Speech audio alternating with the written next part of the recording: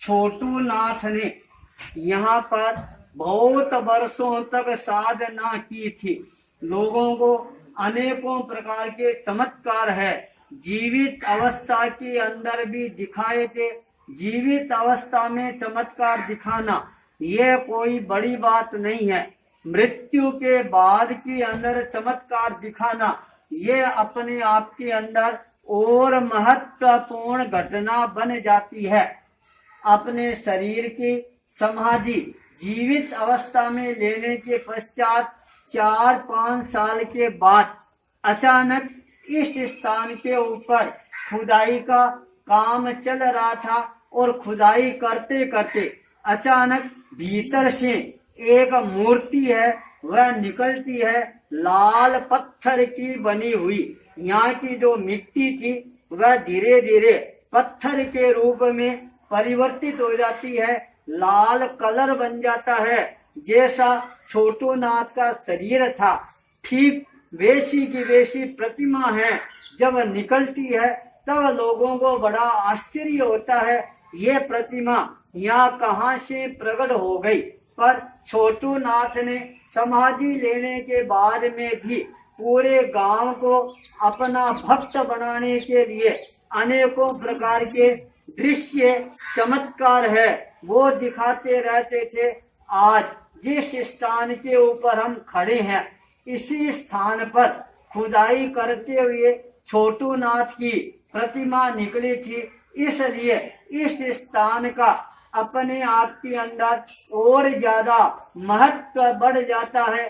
गांव के सभी लोग यहाँ पर आते हैं और अपनी श्रद्धा के अनुसार अपनी भक्ति का समर्पण करते हैं और समाज स्थल के विकास के अंदर भी अपना योगदान देने में कोई प्रकार की कमी नहीं रख रही हैं। और आज यह स्थान पूरे लीला वाली के लिए आस्था का केंद्र बिंदु बन गया है।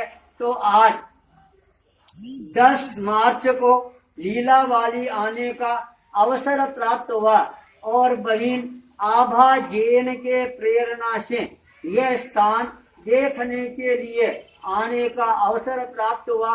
यहाँ आने के बाद यूं लगता है छोटू नाथ के वाइब्रेशन है वो आज भी इस धरती के ऊपर कंपायमान होते हुए नजर आ रही हैं। यहाँ आने वाले हर व्यक्ति की अपनी इच्छाएं मनोकामनाएं हैं वो पूरी होती है, इसलिए जन आस्था का सैलाब है वह अपने आप उमड़ना प्रारंभ हो जाता है। वह मूर्ति कालांतर के अंदर कच्चा पत्थर होने से छीरनी प्रारंभ हो जाती है, उसकी जगह आज यह समाधि अवस्था की दूसरी प्रतिमा बनाकर भक्तों ने यहाँ पर स्थापित की है।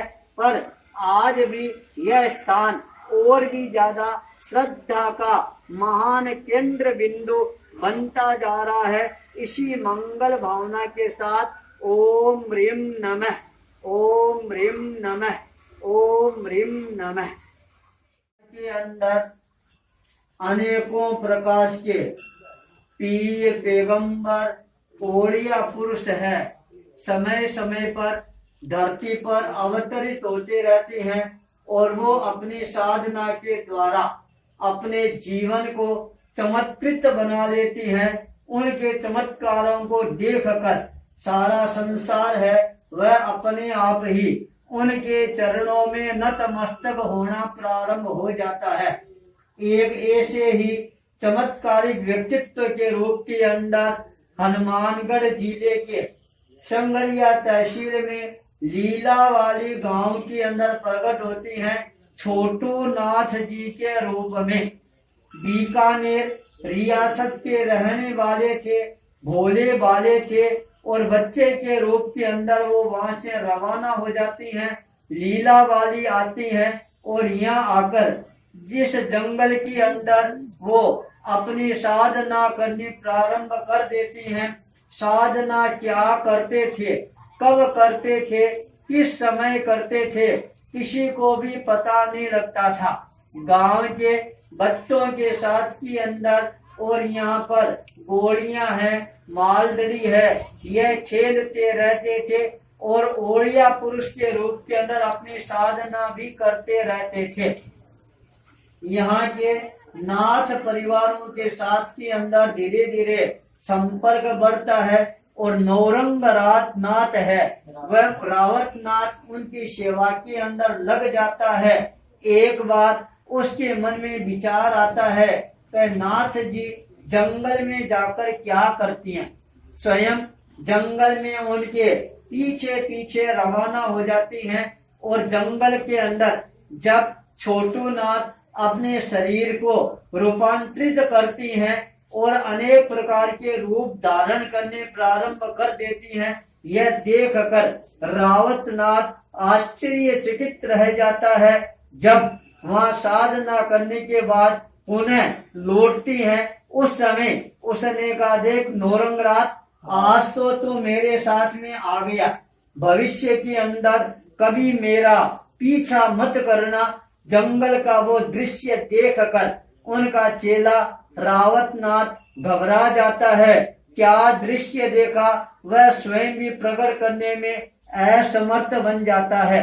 धीरे धीरे उनके अनेकों चमत्कारिक दृश्य सामने आने प्रारंभ हो जाती हैं। जब अंतिम समय आता है, गांव के अंदर जाती हैं और कहती हैं, सबको आज गांव के बाहर जोड़े पर इकट्ठा होना है और मैं जीवित समाधि लूंगा और उस समय 3 महत्वपूर्ण बातें मेरे को जनता को कहनी है।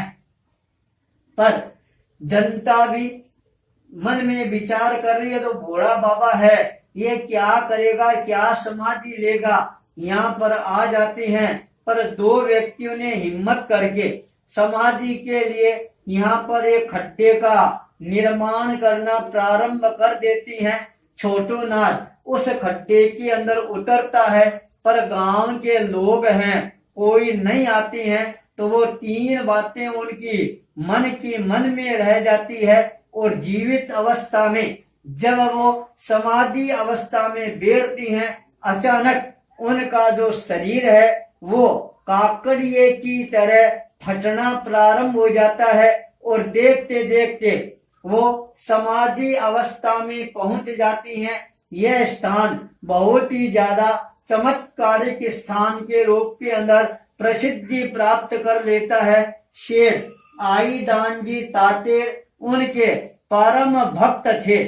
छोटू नाथ ने यह संकल्प किया, पूरे गांव को मेरे को झुकाकर रहना है। जो लोग यहाँ पर नहीं आते थे, उनके घरों के अंदर अचानक पत्थरों की बरसात है, यह होनी प्रारंभ हो जाती है।